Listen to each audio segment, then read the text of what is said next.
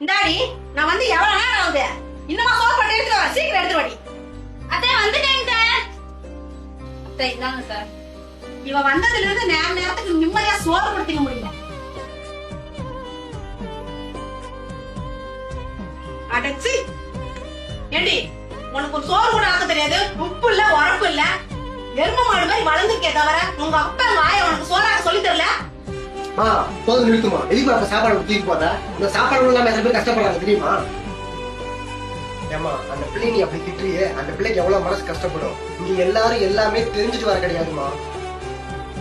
அந்த புள்ள அவங்க வீட்டுல செல்லமா வளர்ந்த பிள்ளைமா நம்மளுக்காக எல்லாம் மாத்திக்கிட்டு கஷ்டப்பட்டு செஞ்சு கொடுக்குது. நீ ஒண்ணும் பாராட்ட வேணாம், குறை சொல்லாம இரு, அது போதும். உன் பிள்ளையா இருந்தா அப்படி சொல்லுவியாமா?